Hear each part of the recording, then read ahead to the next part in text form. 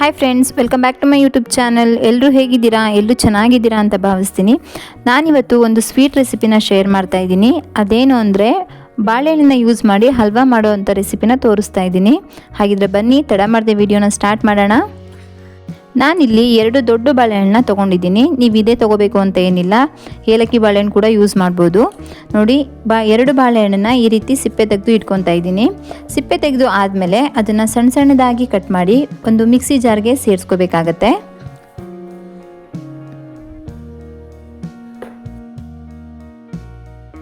ನಾನಿವಾಗ ಇದನ್ನು ಮಿಕ್ಸಿ ಮಾಡ್ಕೊತಾ ಇದ್ದೀನಿ. ನೋಡಿ ಈ ರೀತಿ ಫೈನ್ ಪೇಸ್ಟ್ ಮಾಡ್ಕೋಬೇಕಾಗತ್ತೆ. ಆ ಪೇಸ್ಟನ್ನು ನಾನು ಒಂದು ಬೌಲ್ಗೆ ಎತ್ತಿಟ್ಕೊಂಡಿದ್ದೀನಿ. ಇವಾಗ ನೋಡಿ ಒಂದು ಪಾತ್ರೆ ಇಟ್ಕೊಂಡಿದ್ದೀನಿ. ಆ ಪಾತ್ರೆಗೆ ಒಂದು ಬೌಲಲ್ಲಿ ಆ ಬೌಲ್ ಫುಲ್ ಆಗುವಷ್ಟು ಬೆಲ್ಲನ ತೊಗೊಂಡಿದ್ದೀನಿ. ಅದೇ ಬೌಲಲ್ಲಿ 3/4 ಭಾಗ ನೀರನ್ನು ತೊಗೊಂಡಿದ್ದೀನಿ. ಬೆಲ್ಲ ಕರಗಿದ್ರೆ ಸಾಕಾಗುತ್ತೆ, ಪಾಕ ಬರೋವರೆಗೂ ವೆಯ್ಟ್ ಮಾಡಬೇಕು ಅಂತ ಏನಿಲ್ಲ. ನೋಡಿ ಇಷ್ಟು ಬೆಲ್ಲ ಕರಗಿದ್ರೆ ಸಾಕಾಗತ್ತೆ. ಇಷ್ಟು ಆದಮೇಲೆ ನೀವು ಬೆಲ್ಲನ ಚೆನ್ನಾಗಿ ಸೋಸ್ಕೋಬೇಕಾಗತ್ತೆ. ಯಾಕಂತಂದರೆ ಬೆಲ್ಲದಲ್ಲಿ ಕಲ್ಲಿರುತ್ತೆ ಅಲ್ವಾ, ಅದಕ್ಕೋಸ್ಕರ ನೀಟಾಗಿ ಸೋಸ್ಕೊಂಡು ಎತ್ತಿಟ್ಕೊಳ್ಳಿ. ಇವಾಗ ಮತ್ತೆ ಅದೇ ಪಾತ್ರೆನ ಇಟ್ಕೊಂಡಿದ್ದೀನಿ. ಅದಕ್ಕೆ 2 ಟೇಬಲ್ ಸ್ಪೂನ್ ಆಗುವಷ್ಟು ತುಪ್ಪನ ಹಾಕ್ಕೊಂಡಿದ್ದೀನಿ. ಅದ್ರ ಜೊತೆಗೆ ನಾವು ರುಬ್ಬಿಟ್ಕೊಂಡಿದ್ವಿ ಅಲ್ವಾ ಬಾಳೆಹಣ್ಣು, ಅದನ್ನು ಸೇರಿಸ್ಕೊಂಡು ಚೆನ್ನಾಗಿ ಮಿಕ್ಸ್ ಮಾಡ್ಕೊತಾ ಇದ್ದೀನಿ. ನೋಡ್ತಿದ್ದೀರಲ್ವಾ, ಈ ರೀತಿ ತಳ ಬಿಡಬೇಕು ಅದು.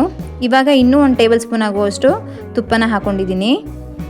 ಚೆನ್ನಾಗಿ ಮಿಕ್ಸ್ ಮಾಡ್ಕೊಳ್ಳಿ. ತುಪ್ಪನ ಹಾಕ್ಕೊಂಡು ಸ್ವಲ್ಪ ತಳ ಬಿಡೋವರೆಗೂ ನೀವು ಮಿಕ್ಸ್ ಮಾಡಿಕೊಂಡ್ರೆ ಸಾಕಾಗತ್ತೆ.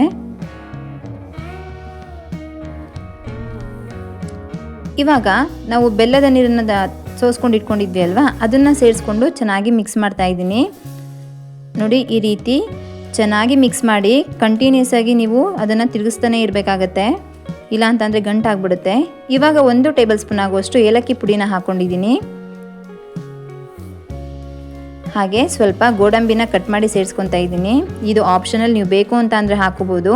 ಅಂದರೆ ಡ್ರೈ ಫ್ರೂಟ್ಸ್ ಹಾಕಿದ್ರೆ ಚೆನ್ನಾಗಿರುತ್ತೆ. ನೀವು ಬಾದಾಮಿ ಕೂಡ ಹಾಕೋಬೋದು, ಚೆನ್ನಾಗಿರುತ್ತೆ ಟೇಸ್ಟು. ಇವಾಗ ಫೈನಲ್ ಆಗಿ ಇನ್ನೂ ಮಿಕ್ಕಿತ್ತಲ್ವ 1 ಟೇಬಲ್ ಸ್ಪೂನ್ ಆಗುವಷ್ಟು ತುಪ್ಪ, ಅದನ್ನು ಸೇರಿಸ್ಕೊಂಡು ಚೆನ್ನಾಗಿ ಮಿಕ್ಸ್ ಮಾಡ್ತಾ ಇದ್ದೀನಿ. ನೋಡಿ ಎಷ್ಟು ಚೆನ್ನಾಗಿ ಆಗಿದೆ ಅಂತ ಅಂದ್ಬಿಟ್ಟು. ಈ ರೀತಿ ಫುಲ್ಲು ತಳ ಬಿಡಬೇಕು ಅಲ್ವಾ, ಅವಾಗಷ್ಟೇ ಚೆನ್ನಾಗಿ ಬರೋದು. ಇವಾಗ ಆಗಿದೆ.